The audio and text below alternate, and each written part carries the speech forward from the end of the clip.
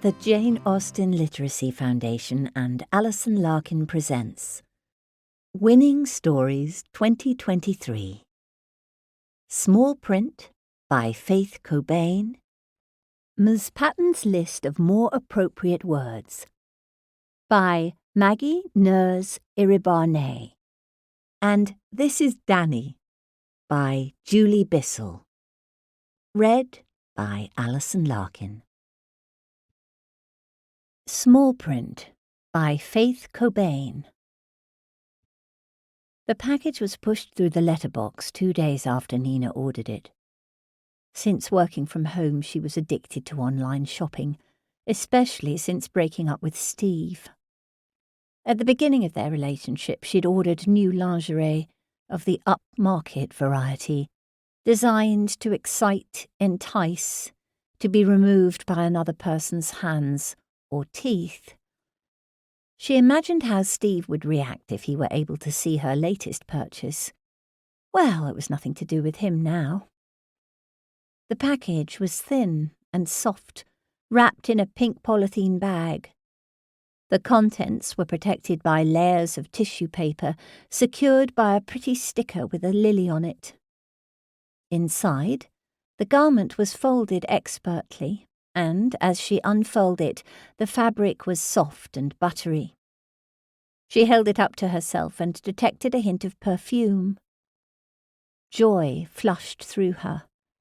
It reminded her of being 11 when she found one of Zoe's bras tangled up with her vests in the laundry basket. She'd taken her sister's bra into the bathroom and tried it on over her flat chest, making her feel older than she was. Zoe lived nearby and was aware of Nina's shopping habit, having noticed her new top or skirt or different cushions on the sofa each time she visited. "You should always wash new clothes before wearing them," Zoe advised, "especially as you buy off that website." "It's not always second-hand, you know," Nina defended. "In fact, a lot of stuff is actually new, brand new, sometimes just without tags." "Exactly. Something amiss." Zoe rolled her eyes. "You never know where it's been, who's selling it, or why." Nina nodded, but didn't agree. It was gratifying to have things delivered directly to her door, adding cheer to her solo working days, to her long, solitary evenings. Washing new clothes seemed wasteful when they hadn't been worn. As she prepared her notes for a Teams call, the fragrance from the new garment was overwhelming despite it being at the far side of the room draped over a chair. She would wash it after all, on a quick, cool cycle all of its own. The label had been cut out, and Nina remembered the description.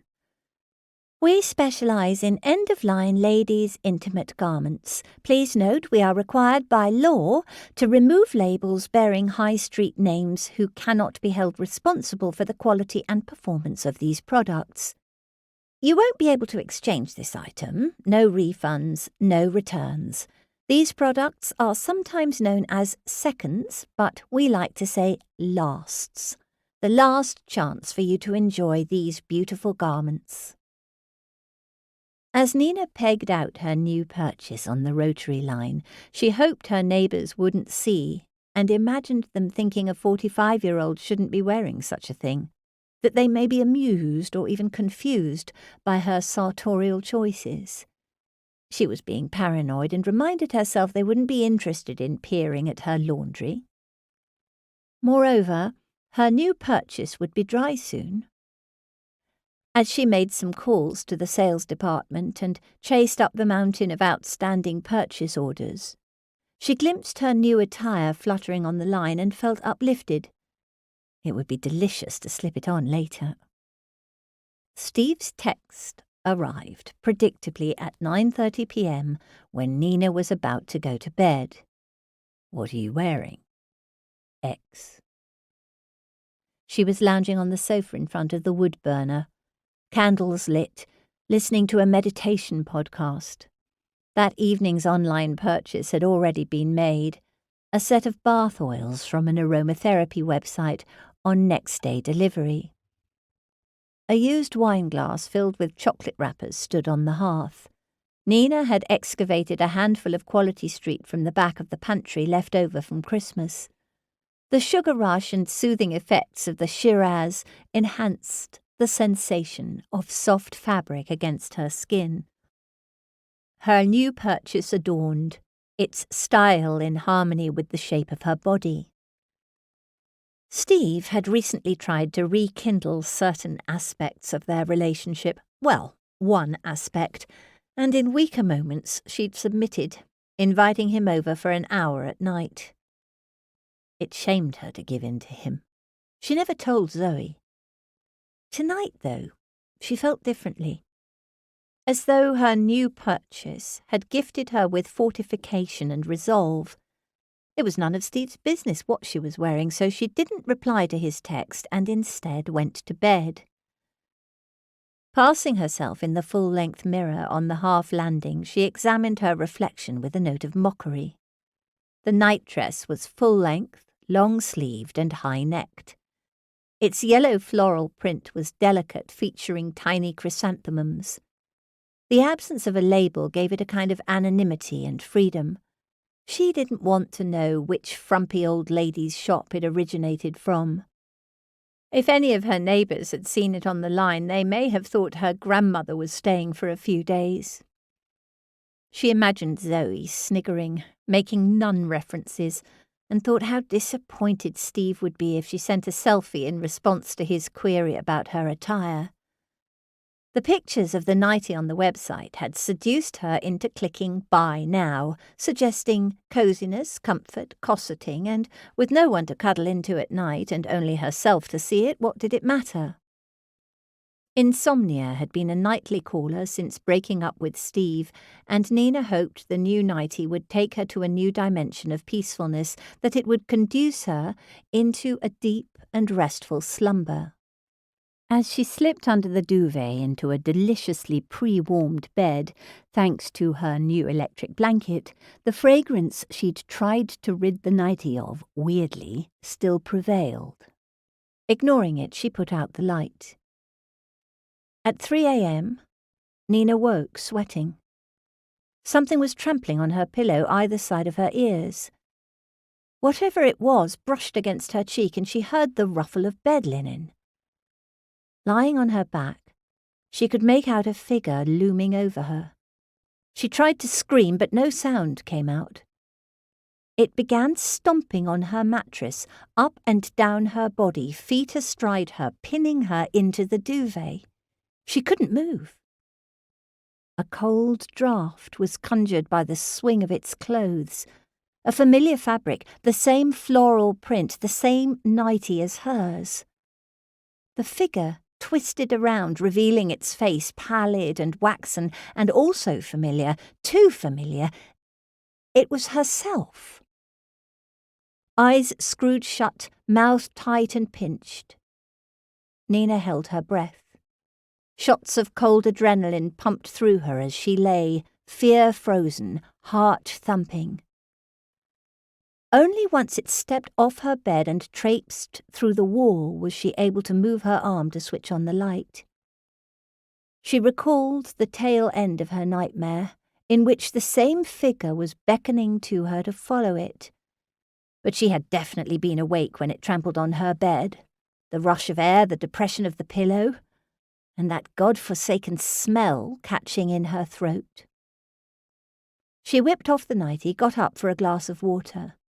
What had just happened? She must have been dreaming, but it had felt so real. Zoe had talked to her about perimenopausal symptoms, what she could expect as she broached the next phase of her life. Night sweats, insomnia, depression. Nina wondered, hoped even, that hormones and only hormones were to blame for this encounter. "Sounds like you've experienced hypnopompic hallucinations," the doctor said, Nina having managed to get a same-day phone appointment, sometimes referred to as night terrors or sleep paralysis. Happens when you're waking up, and they're quite common, usually nothing to worry about. Have you been feeling stressed lately? The conversation segued into her breakup with Steve, how low she'd been feeling, how lonely. Nina found she was crying. The doctor suggested she make another appointment in a couple of weeks' time to see how things were. That morning she was buoyed by the arrival of her latest purchase, the bath oils set containing a large bottle of carrier oil, several little bottles of essential oils, and a mix-your-own recipe card.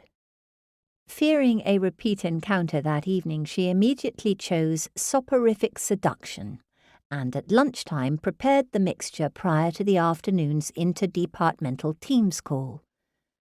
She combined drops of lavender, chamomile, and sandalwood oils, and put the concoction in the bathroom in readiness for taking a long, luxurious bath later. Another recipe was called Breathe Easy. Intrigued, she read its ingredients and sniffed more of the little brown bottles, and then there it was. That bloody smell. She recognized it immediately from the nightie. Frankincense. She Googled it, curious to know its origins and uses. Romans used frankincense in burial rituals to mask the smell of decay. The nightie lay discarded on her bedroom floor, and Nina picked it up to wash it again, this time on a hotter cycle and with a good dose of fresh linen fabric conditioner. When she hung it out, it seemed oddly dishevelled and shrunken. She looked for its washing instructions, finding them on a label sewn into the inner seam near the hem. Wash at 40 degrees, it said, which she had done. Below, in very tiny letters, she made out the name of the brand, St. Peter's. She'd heard of St. Michael, it used to be M&S before it rebranded decades ago, but she'd never of St. Peter's. And, in even smaller letters, she read, recommended for ages 90 to 105 years. Her phone pinged, notifying her of a new email. Please leave feedback for your purchase from Terminus Textiles. A thumbnail photo provided an unwelcome, unnecessary reminder of her decision to buy the nightie. She clicked through to Recent Orders page. Was your experience positive or negative? Was your item as described? Nina couldn't bring herself to formulate answers, so browsed the existing reviews to see what other people had said. All were categorized as positive.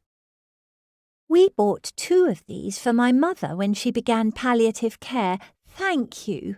My grandmother, R.I.P., looked so peaceful in this. Lovely item. Enjoyed the fragrance which remained with us even after we said goodbye to Auntie Irene. The Pushing Up Daisies print is so pretty. Nana loved it. Donated mine to Age Concern. I tried the pyjamas from the MM range and realised I wasn't ready after all. Now living my best life. Find me on Insta, same as buyer ID, smiley face. Nina felt a rush of nausea and glanced at the yellow material billowing on the rotary line outside. The sleeve was moving in the breeze as though beckoning, reminiscent of her nightmare. A text arrived. Hi, sexy. Just checking you're still alive. Not heard from you. Shall I come to yours tonight? SXX. She ignored it and continued scrolling down to the item's description. There was more microscopic font that she hadn't noticed at the time of purchase. Discontinued woman's nightdress. End-of-line ladies' sleepwear. Never before had compound nouns filled her with amazement and dread. Our range enables you to depart in style, designed for when you're at death's door and knocking on heaven's. This nightdress is guaranteed to de-stress. By simply removing life, stress is automatically eliminated. Buyer beware, may cause distress prior to your passing. Not sure if you're ready? Try our Maybe Moribund MM range. Nightwear to nightmare in less than 8 hours and decide the next day if you wish to proceed. No guaranteed returns to land of the living. All our garments are infused with age-old traditional scents. Nina lit the wood burner and took the now dry nightie from the line before replying to the text.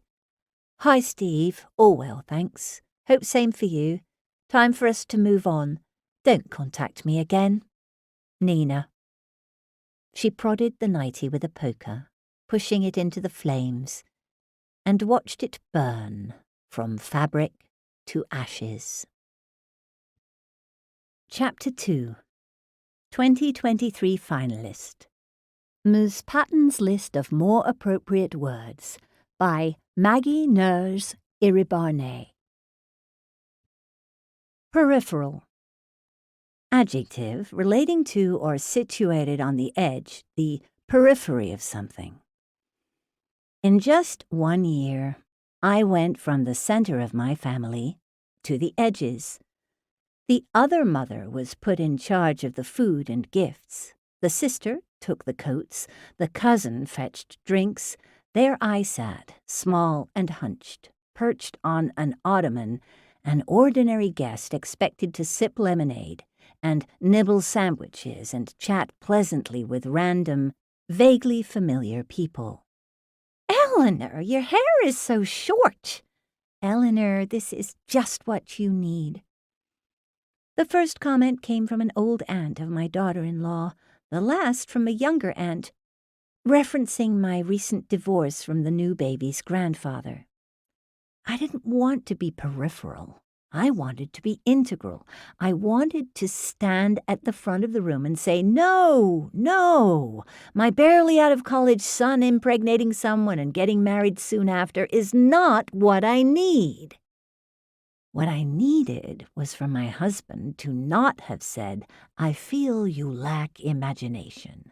What I needed was for my husband to not have chosen his apparently very imaginative trainer, Lucy, over me. I needed to go home, even though my home would soon no longer be mine. The closing was that Wednesday, and all of my pretty things were already packed up, given away, or in storage. What I needed was to leave this shower right now. You're leaving before the gender reveal cake? Some woman with a wide split between her teeth practically screamed at me. Yes, I am, I said, and then I did. Swagger. Noun. A very confident and typically arrogant manner. The first job I landed in Philadelphia was at an experimental school where, despite my veteran teacher status, I was given a partner teacher, a roughly 25-year-old man named Isaiah Goodwin. At my interview, Principal Waters, whose constantly tearing eyes matched his name, said he thought it would be fun for me to work with Isaiah. At the time, I was simply pleased to have a job that sounded acceptable. Still, I queried. Fun? How do you mean? He's young, started 2 years ago. He's got some funky methods I think you two will contrast. In the best possible way, of course. Isaiah stood with a hand in a pocket when I entered our shared classroom. He held his phone in the other hand as he scrolled with a thumb. I spoke simply to jar him from his phone trance. Excuse me, Mr. Goodwin. Hey, Eleanor. So great to meet you. Likewise. I said, Awesome, he said, returning to his phone. Indeed, Isaiah swaggered, basking in overconfidence. He played guitar for most of his lessons. He knew very little about the literary canon. The only author I'd heard him mention was Stephen King, and I believed he most likely saw the movies rather than read the books. His lessons centered around pop music and personal experiences. Worse, he appeared to know no grammar rules, overused the word like, and uttered the positive reinforcement, facts, every time I made any statement. Of course, the students loved him. Each day began outside the classroom door, high-fiving and fist-bumping and yo-dooting, while I remained inside preparing my lessons. A more free-form, he announced shortly after our first meeting. I did not understand how any teacher worth their salt could not prepare adequately. For our first class, I adapted my personal narrative introduction lesson, beginning with a definition of narrative, reading several short examples, and reviewing basic grammar conventions, sentence structure, and paragraph formation. For his part, he strummed his guitar. "Here's a song, you guys. I know you probably don't know that Soren, the songwriter, had a real tough childhood. I'm going to play it and sing, and I want you guys to notice the kinds of words he uses. Each time you hear a really great word or two, write it down." He played, and the students listened and wrote, and then they discussed. "That's great," he said. "There's your brainstorm. Miss Patton's going to introduce the assignment now." How was I supposed to teach a real lesson after that? Rambling. Adjective. Lengthy, confused, inconsequential. Our daily team meetings with the science, math, and social studies teachers were rambling, disorganized time wasters. Principal Waters liked people to speak their minds, have their say, or so he said. "Welcome, Miss Patton. Do you want to tell us something about yourself?" the science teacher said at the first meeting. I began sharing my professional background, my undergraduate and graduate schools. "Wow, you just moved to Philly?" the teenage-looking math teacher said. Yes, I did," I said.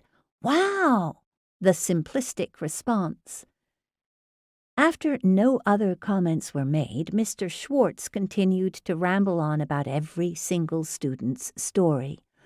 "I'm sorry," I said after a good 10 minutes. "I've really got to get my room organized. I have to excuse myself." "Wow, old school," Isaiah said. He touched my trusty leather lesson plan and grading book. I snatched it away. Yes, it is," I said, expediting to the door. Exile. Noun. The state of being barred from one's country, typically for punitive reasons. Arriving early, I entered Heaven, a bar at 20th and Pine, near Charlotte's office.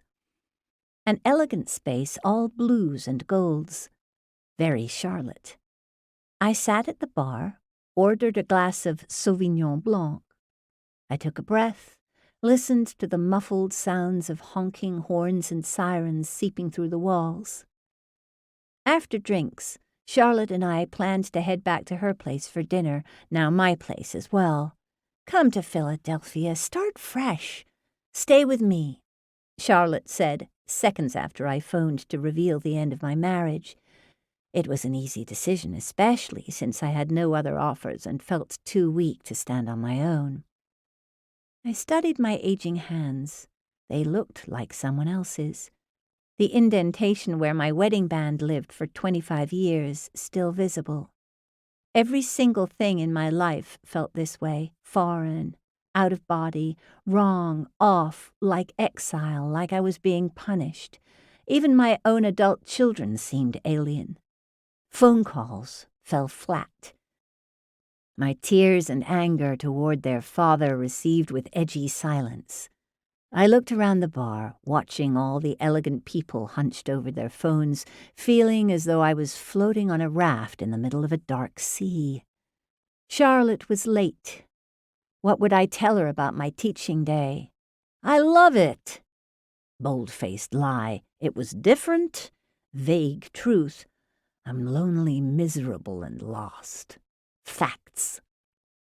Finally, she entered, all smiles and perfume and soft edges.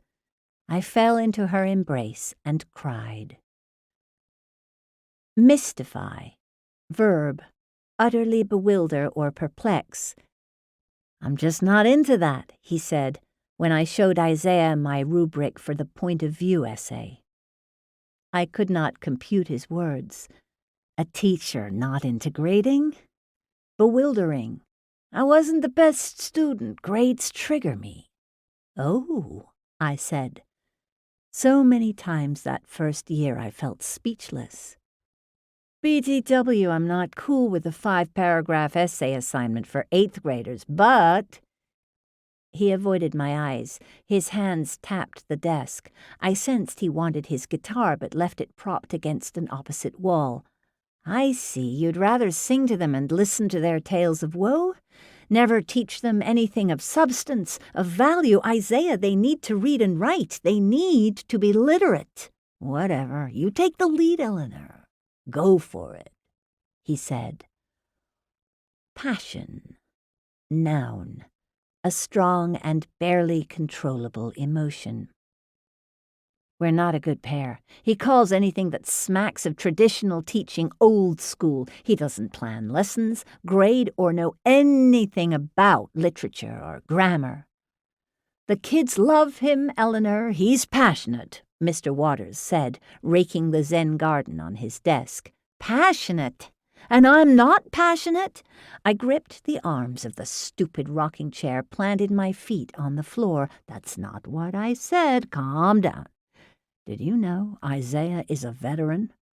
Became a school bus driver, put himself through community college, got a full scholarship for his education degree?" "No," I said, still fuming. "I think it's good to know where people come from, like you." "What about me?" "Well, I know you're going through a lot right now. I know it's not an easy time in your life." Luckily, his phone buzzed. He held up a finger, signaling my departure. Obligation. Noun. An act or course of action to which a person is morally or legally bound, a duty or commitment. Charlotte found me in darkness, sprawled on the living room couch. "Where's the risotto?" In just 3 months she'd grown used to me cooking dinner. I heard the disappointment in her tone. "Bad day?" "Yours?" I countered. "Fine, fine." I heard her briefcase go down. She plopped onto the sofa. "I can't take it anymore. I need to quit. This isn't right for me." "What about your contract? Aren't you obligated to stay?" Charlotte, always the lawyer. "Well, he entered into a lifetime contract with me and broke it," I said. "But you're not him." She rose from the couch, snapped on a light. "At least wait until Christmas. You can't leave before then. Let's go for Mexican, my treat," she said, throwing me my coat. Resilience. Noun. The capacity to withstand or recover from difficulties. Toughness. Charlotte convinced me to start going to her gym every morning at 5 a.m. It was hellish, but did give me the jolt required to boost my mood before the onslaught. I also began walking to school instead of taking the bus. I enjoyed the hustle and bustle, the big balls of Christmas lights suspended in the trees, the brisk air filling my lungs, the snow falling steadily, creating a pretty white carpet. The physical strength seeped into my spirit. I was coping. As I approached the school, I recognized a human form outside the front doors, shoveling the walk. Isaiah soon materialized before my eyes. "Yo, Ellie, mornin'. You gonna beat me with your grammar stick today?"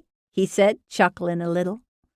Yes, I am," I said, unable to restrain a smile.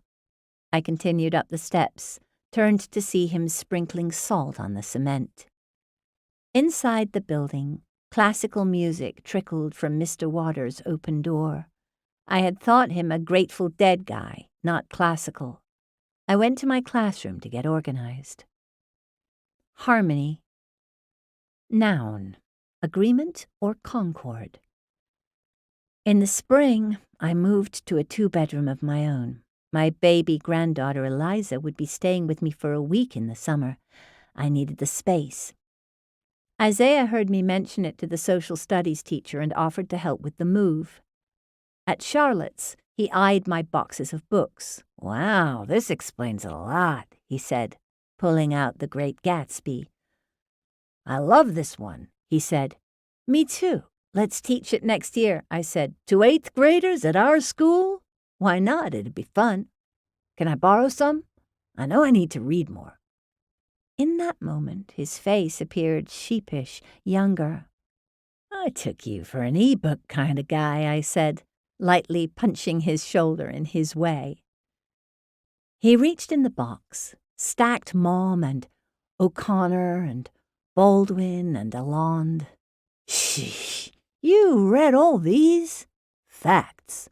Wow! Awesome!" he said.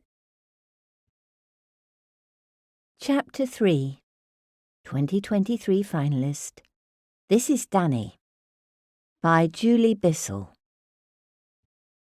This was Danny at 5 years old. King of the football field, could run like a greyhound, loved playing cricket. Bowled accurately and once struck a cricket ball in a high curving arc to land on the school roof. Never stood still, danced and hopped in the classroom, sang and clowned around. Miss Wilkins wrote him a special part in the nativity play, no words to learn, but as the angel appeared, Danny stepped forward from the trio of shepherds to sing Angels in a brilliant impersonation of Robbie Williams. The audience cheered at the end of the play and insisted on an encore. Danny didn't notice that he was popular with his classmates then, until he wasn't. This was Danny at 9 years old, fidgeting in the chair, not really listening. The lady was like another teacher, and all teachers ever did was nag. "Danny? Nag, nag, nag. Can you read this for me?" Nag. "Danny Pryor!" Danny jumped. His mother had both hands on the table and the ogre look on her face. He didn't ignore Mum, not unless he wanted a smack. "Do as you're told and read the book for the nice lady, or else—" "Mrs. Pryor?" the lady began. "It's Miss Pryor," Mum retorted. "He goes off in a dream world. You need to wake him up first, and then he'll read for you. I know he can read. I taught him when he was little. And I read to him every night. Go on, Danny." Danny took the book from the lady. The cover showed Moomintroll looking up at a dragon flying overhead. He knew this one. Mum used to read it to him, pointing to each word while he looked at the pictures. He opened the book at the first proper page, focused on the picture of Moomintroll at the edge of his pond, and began to recite from memory. "Early one Thursday morning in August, Moomintroll caught a small dragon in the pond at the bottom of the garden." Mum huffed loud and fierce. "I took the morning off work for this total waste of time," she said. "No more talk about remedial lessons. Danny can read. I told you, didn't I?" The black squiggles of text leapt and danced at the edge of Danny's vision, making him feel sick as he recited the tale of Moomintroll meeting the dragon. He was glad when the lady told him to stop. Thank you, that was enough. This was Danny at 12. Every morning he left the flat just before 8 and walked to school, arriving in time for breakfast club. The smell of bacon and sausages wafting across the playground was the best part of his day. After breakfast, Danny would scoot off to his form room to sign the register against his name, third name up from the bottom, and slip out of school before the first class began. Just before Christmas, Danny met his form teacher in the corridor on his way out. Even before he'd registered the whiff of cigarette smoke on her clothing, she'd turned her face away and slid past him, heading into the form room to begin a day's teaching. Sitting in a bus shelter on the high street, Danny understood that he was not wanted in class. Mrs. Jones hadn't wanted to stop him from leaving the school. She'd tried to pretend that she hadn't seen him. She must hate him as much as he hated her.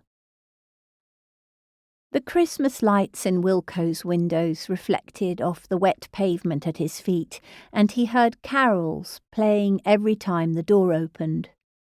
Everybody else was being jolly. Danny remembered that long ago December afternoon when he was the singing shepherd, star of the nativity play. It was the last time he remembered being happy at school. There was no point in ever going back. He zipped up his jacket against the freezing wind, suddenly miserable with his freedom. This was Danny at 15.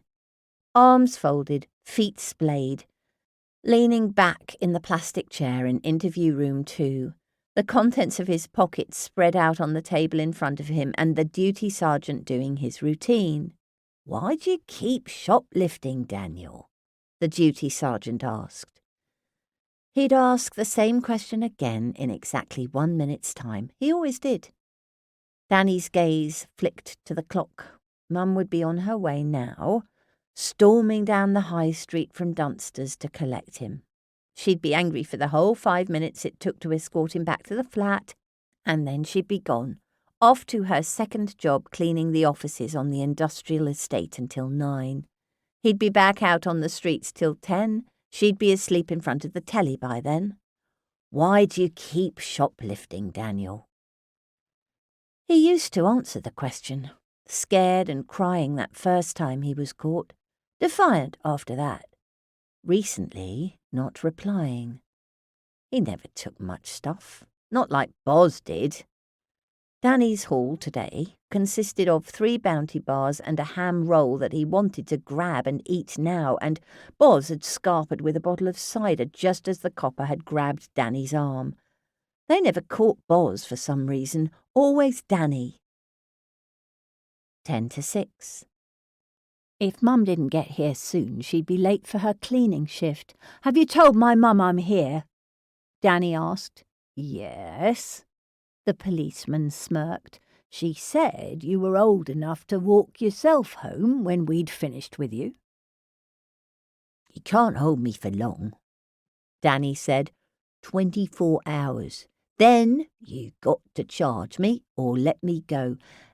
And you can't charge me without an adult present, so—" The policeman's smirk tweaked up a little. "Right, little lawyer, aren't you?" Danny flicked another glance at the clock. He had another 23 hours and 30-odd minutes before he could demand to be charged or let go. "Don't worry, kid," the policeman went on. "Social services are on their way. They'll sit in while we make a decision on whether to charge you or not."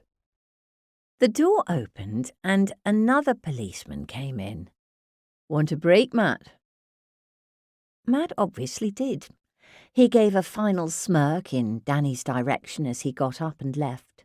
The new officer slid into Matt's seat, giving one brief look at Danny's pathetic heap of shoplifted goods. "Danny Pryor, right?" he asked. "Yeah," Danny said. "My brother remembers you from Napier Lane Primary, Mr. Johnson. Remember him?" Danny didn't. Then he did.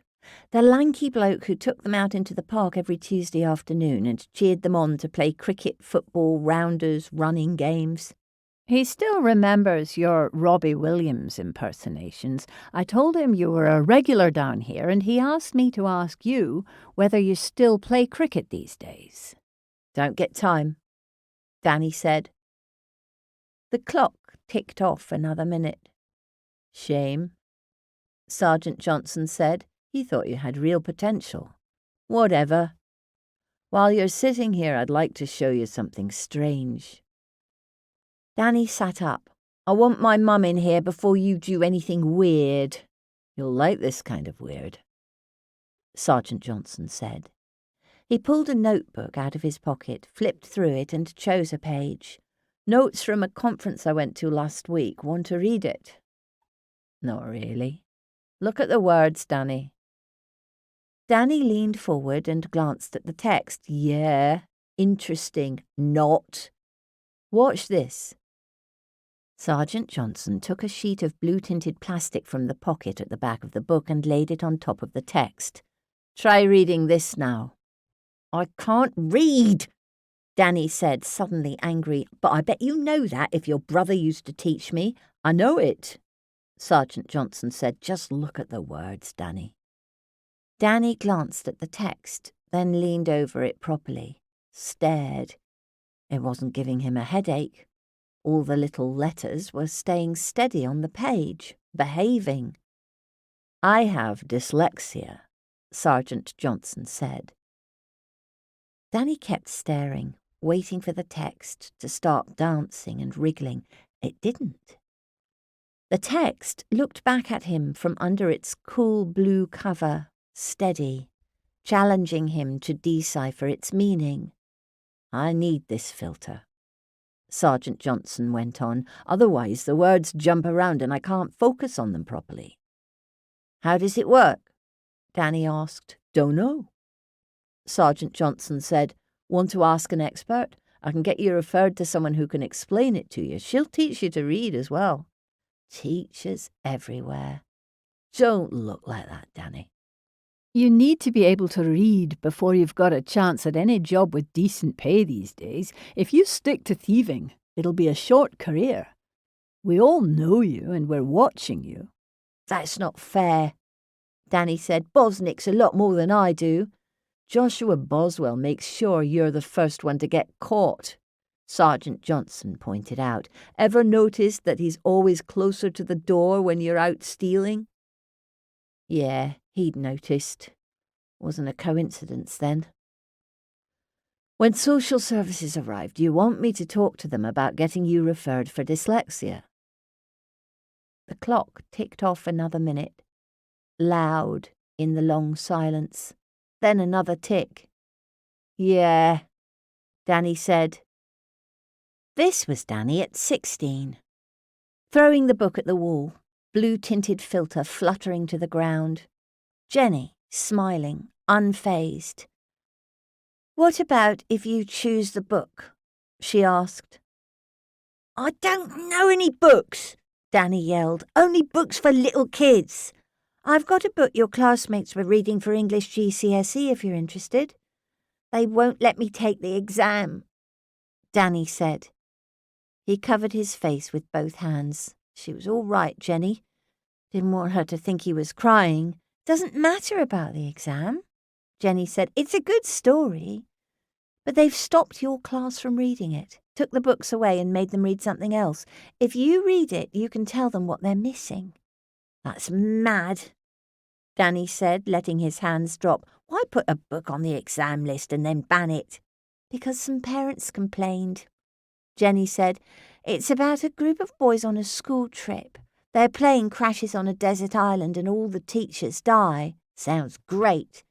"It gets a bit brutal," Jenny said.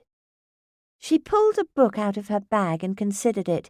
"It might be a bit too much for you." Danny snorted. "I watch horror films all the time. Won't bother me." Jenny put the book on the table between them and picked up the blue filter from the floor. "Go on, then," she said, "if you reckon you're tough enough." This is Danny at 28. He's reading as usual. He reads slowly, but he reads every chance he gets. Right now, he's absorbed in a history book about Richard II. He has an audition tomorrow for the role of Hotspur in next year's production of Richard II at the Garrick, and he wants to know the whole story.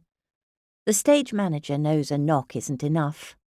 He opens the door and peers in. "Mr. Pryor." Danny looks up. His eyes are wide. He's still living in the book. He's still Richard, charging Henry's knights in a last, desperate, glorious attempt to defeat the upstart and keep his kingdom. 5 minutes to curtain up," the manager says. Danny smiles. He's about to play Captain Hook in a Christmas show for children, but the thought of performing in front of any audience makes him grin like a 5-year-old boy. His mum is sitting in row G tonight, and he's determined to make her proud. He closes the book gently on the blue filter, savouring the promise of all those wonderful words waiting for him to read them.